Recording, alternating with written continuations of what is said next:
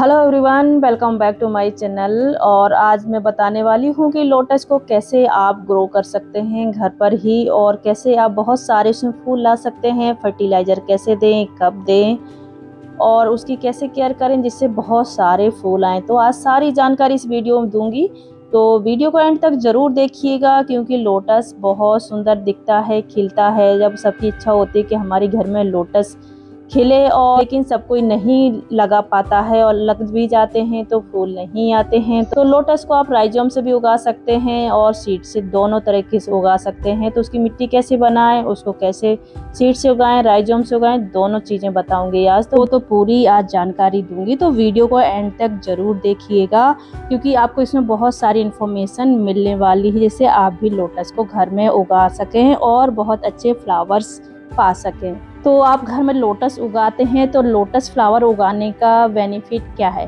पहले तो वो मैं आपको बता देती हूँ।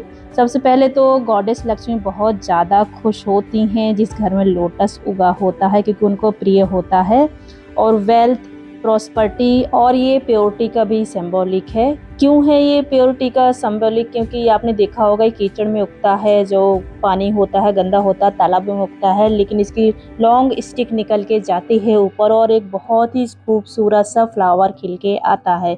तो एक हमको ये सीख भी देता है, तो ये सिंबल ऑफ प्योरिटी भी है। और ये फूल भोलेनाथ को भी चढ़ाया जाता है। तो इस समय तो सावन चल रहा है, तो सावन में तो बहुत ज़्यादा कमल के फूल की डिमांड होती है। तो अगर आपके घर में ही उगा हुआ है तो इससे अच्छा क्या है फिर। तो आज बताऊंगी कि कैसे सीड से और कैसे आप राइजोम से भी, दोनों चीज़ों से आप ग्रो कर सकते हो। तो चलिए वीडियो को स्टार्ट करते हैं। तो सबसे पहले आप, ये ऐसे सीड्स मिलते हैं किसी भी आपको किराने की दुकान में या पूजा की दुकान में मिल जाते हैं। जब पूजा का सामान मिलता है ना, वहाँ मिल जाते हैं 10-20 रुपए में। और आपको ये सीड्स ऐसे होते हैं, देखिए 20 रुपए के सीड्स में बहुत सारे होते हैं उसमें, तो मैं 4 लिए हैं मैंने। इसको देखिए इस तरह से होते हैं। तो ये 2 तरह के होते हैं, एक मतलब एक साइड को इसमें पॉइंट होता है इसके सीड्स में, और एक थोड़ा सा हल्का सा डिम्पल टाइप का होता है। तो आप चेक कर लें, तो जिस तरफ से नुकीला पॉइंट होता है ना, आप देख लें सीड्स को ध्यान से, और उस तरफ से उसको घिसना होता है। तो किसी भी ज़मीन पे जहाँ थोड़ा सा दरदरी या खुरदरी हो ना, वैसे जहाँ घिस जाए, तो मैंने ये लिया है पत्थर बट्टा वाला, इसी में घिसूंगी मैं। तो थोड़ा सा घिसना पड़ता है, जिससे कि अंदर तक थोड़ा सा जो उसका पॉइंट होता है, अंदर का बीज होता है ना, वो दिखने लगे येलो येलो। तो देखिए ये है, ये पॉइंट है एक साइड को, एक साइड थोड़ा सा गड्ढा सा होता है।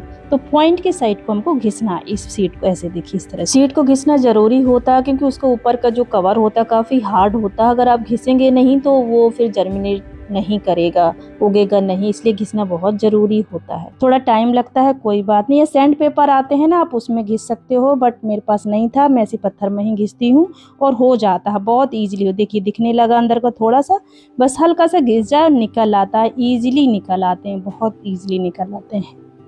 ये देखिए थोड़ा सा येलो येलो अंदर दिखने लगे, काफ़ी हो जाता है।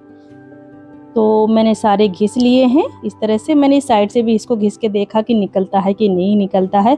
आप दोनों साइड से भी घिस सकते हो, ये देखिए। और हल्का सा अगर आप तोड़ के डाल सकते हो तो, बट तोड़ने में होता ना, कई बार बीज ज़्यादा टूट जाता है तो फिर वो बेकार बीज हो जाता है। तो घिसना सेफ साइड होता है। तो मैंने चारों सीड को घिस लिया है देखिए, और ये मैं गिलास में डाल दिए हैं। अब इसमें डाल दूँगी पानी।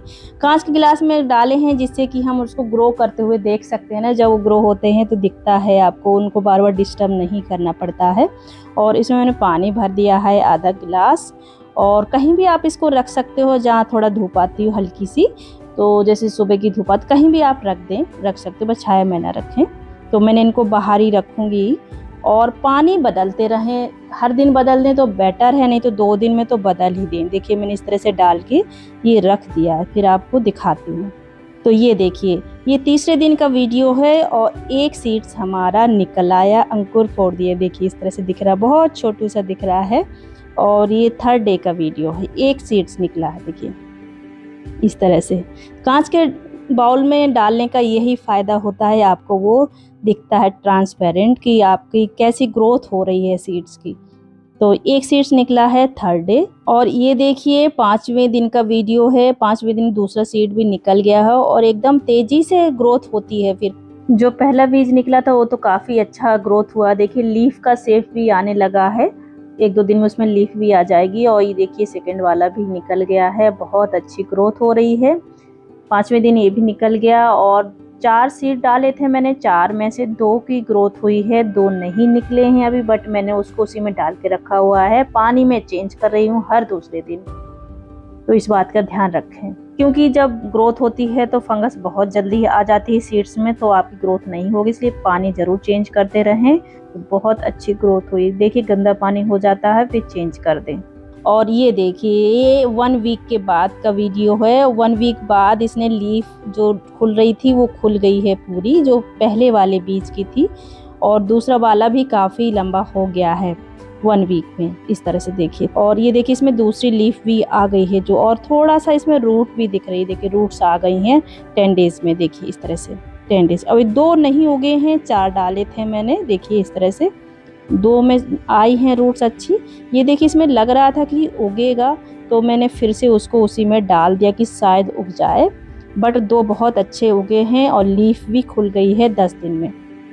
ये देखिए बहुत सुंदर, और छोटी छोटी सी रूट्स भी आ गई। जो फर्स्ट वाला सीड था मेरा उसमें रूट्स आ गई हैं, बट पानी ज़रूर चेंज करते रहें, पानी काफ़ी गंदा हो जाता है। वो ये देखिए ये 12वें दिन का है वीडियो, दूसरी वाली में भी लीफ आ गई है, ये देखिए, और रूट्स भी थोड़ा बड़ी हो गई हैं। और वो थर्ड वाला था छोटा सा निकला था, देखिए निकला हुआ है ये देखिए रूट्स बहुत सुंदर आए हैं। ये थर्ड वाला निकला है, छोटी सी ग्रोथ हुई है, देखती हूँ अगर ठीक से रहे, हेल्दी रहेगा तो रखूँगी, अदरवाइज़ फिर हटाऊँगी फिर उसको। तो इसलिए कई बार कुछ सीड्स होते हैं जो थोड़ा देर में भी निकलते हैं, तो बहुत जल्दी हटाएं ना। तो ये देखिए 20 डेज़ का रिजल्ट है मेरा, काफ़ी सारी रूट्स आ गई हैं, ये देख रहे हैं हम। अब ये होता कि हमको लगाना कब है, हमको मिट्टी में कब चेंज करना होता, तो इसकी कैसे पहचान करें। तो इसमें जो साइड से जब रूट्स निकलती हैं, इसमें कितनी सारी लीफ आ गई हैं देखिए। तो ये 20 से 25 दिन के आसपास ये रूट्स आ जाती हैं। जो राइजोम्स होते हैं ना, जो साइड से निकलना शुरू हो जाते हैं, उसके बाद भी रूट्स आती हैं, तब हमको इसको मिट्टी में शिफ्ट करना होता है। उससे पहले करेंगे तो बीज खराब हो जाएंगे।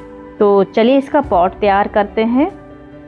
तो यहाँ पर मैंने सीमेंट का पॉट लिया है, ये इसकी चौड़ाई काफ़ी ज़्यादा है, और आप प्लास्टिक का कोई भी पॉट ले सकते हो, बस इस बात का ध्यान रखें कि उसकी चौड़ाई ज़्यादा होनी चाहिए, जिससे कि वो लोटस ठीक से उसमें ग्रो कर सके।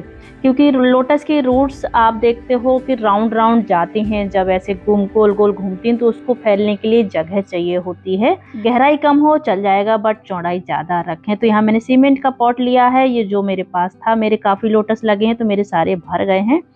तो सबसे पहले इसमें डालेंगे गोबर की खाद। ये मैंने गोबर की खाद ली है, आप वर्मी कंपोस्ट डाल सकते हैं। ये कम से कम 4 इंच तक डालनी है, नीचे एक लेयर जो बनानी है इसकी।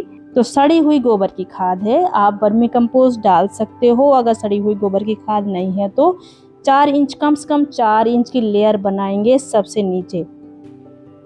और उसके बाद डालेंगे चिकनी मिट्टी। ये चिकनी मिट्टी होती है, अगर आपको तालाब के किनारे या कोई आसपास झील हो उसके किनारे से ले लें तो बेस्ट रहता है लोटस के लिए, या फिर खेत हो आसपास तो उधर से ला सकते हो आप। तो ये वाली मिट्टी बहुत अच्छी होती है लोटस के लिए।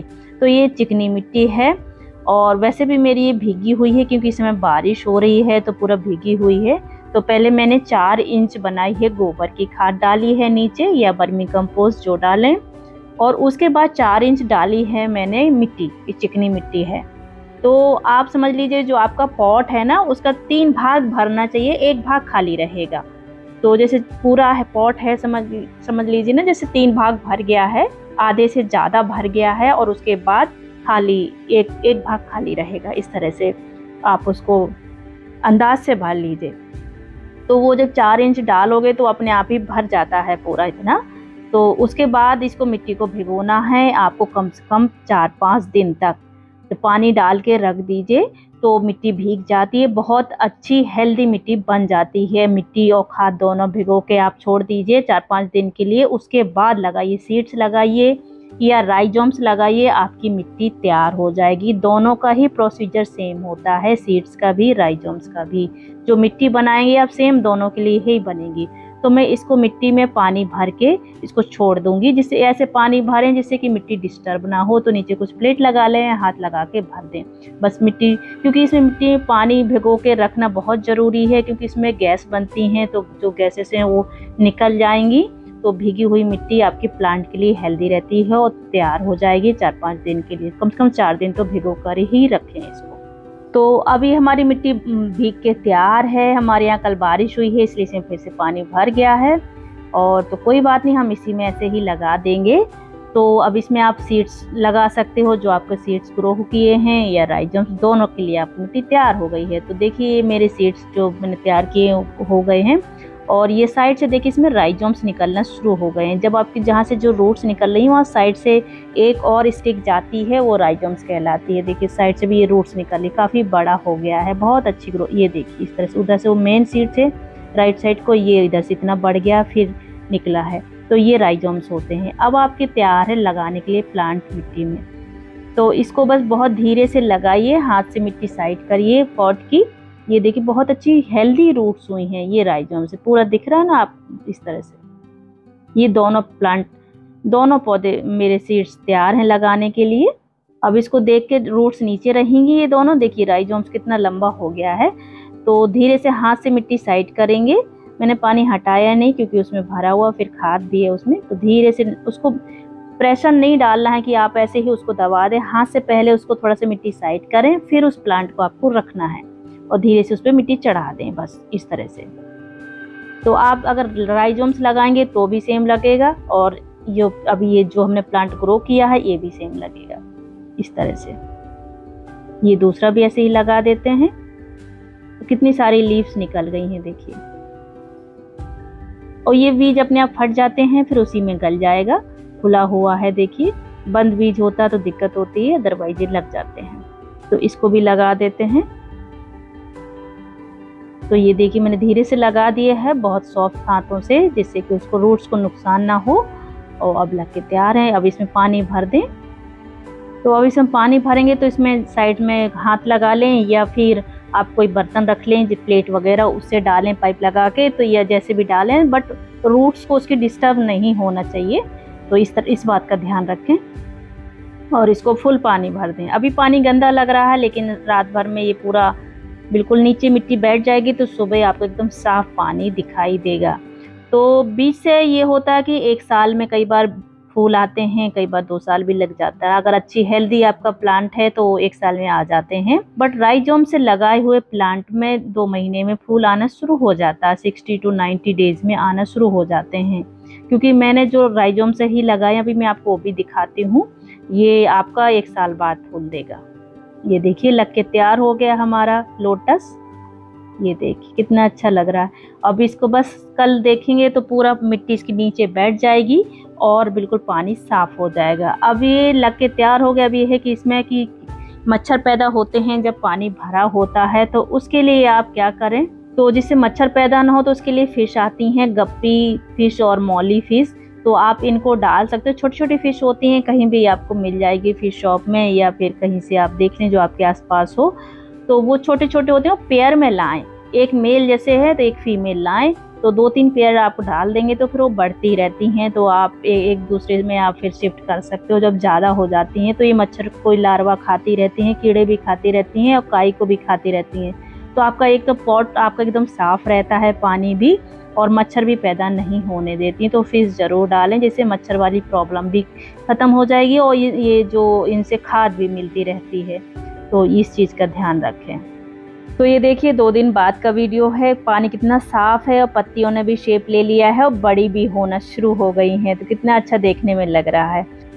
तो अब चलिए दिखाती हूँ मैं राइजोम्स। ये राइजोम्स होते हैं, उनकी जो रूट्स होती है, इसका भी प्रोसीजर सेम होता है। सेम मिट्टी बनेगी जो मैंने आपको अभी दिखाई है पॉट का, बिल्कुल सेम प्रोसीजर होता है। तो मैंने इनको लगाया था जून में, और उसकी ग्रोथ दिखाती हूँ। ये उसमें फर्स्ट बर्ड आ गई थी 1 महीने में ही, बहुत अच्छी ग्रोथ हुई थी, क्योंकि उसको लगाते ही 10-15 दिन में ही उसमें लीफ आना शुरू हो गई थी। ये फर्स्ट बर्ड आई है, देखिए इस तरह से, और धीरे धीरे वो लंबी होती जाती है स्टिक की तरह।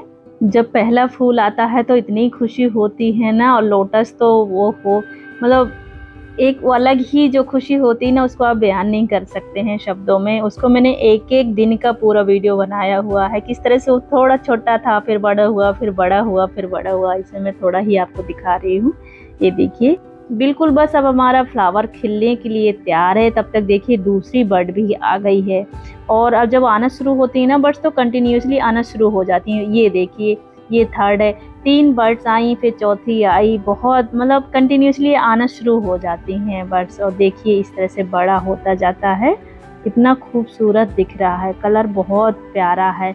ये मिनी लोटस है मेरा, ये पिंक वाला है जो, और पूरा पॉट भर जाता है इसमें। देखिए कितनी सारी बर्ड्स दिख रही हैं एक साथ ही। तो फाइनली मेरा लोटस खिल गया है और बहुत खूबसूरत दिख रहा है। और उसके साथ में देखिए बहुत सारी बर्ड्स साथ में ही आ रही हैं, इतनी सारी आई, पूरा मतलब पॉट भरा हुआ है। और ये वाला मेरा येलो वाला है, इसमें भी बहुत सारी बर्ड्स आ रही हैं कंटिन्यूसली। और इसमें भी फ्लावर एक खिला है फर्स्ट वाला, और दूसरी बहुत सारी एक साथ बर्ड्स आ रही हैं। तो अब इस समय होता है कि इसको थोड़ा सा फर्टिलाइज़र देने की ज़रूरत होती है, तो मैं ऑर्गेनिक तरीके से ही देती हूँ। और देखिए कि इसका साइज़ देखिए कितना बड़ा है, मेरा पूरा ऐसे हाथ में भर जा रहा है। अभी जब से मैं लगाए कोई फर्टिलाइज़र नहीं दिया है, अब दूँगी। तो इसमें क्योंकि हमने अच्छी तरह से खाद डाल दी थी स्टार्टिंग में, जैसे अभी मैंने मिट्टी बताई है बनाना, तो उसके बाद ज़रूरत नहीं पड़ती है। अभी मैं दूंगी, वो दिखाती हूँ। और इसके यहाँ जो फूल खिल गए हैं या पीली पत्ती हो गई हैं, ख़राब हो रही हैं, उनको हटाते रहा करें, इसकी सफाई रखें पॉट की। और नीचे फिश हैं इसमें, तो पानी एकदम साफ़ रहता है। देखिए बारिश की बूंदें पड़ती हैं, बिल्कुल मोतियों की तरह चमकती हैं। लोटस की जो पत्तियाँ होती हैं ना, उसमें पानी रुकता नहीं है, तुरंत ही गिर जाता है। तो देख कितना खूबसूरत दिख रहा है, खिला हुआ है पूरा।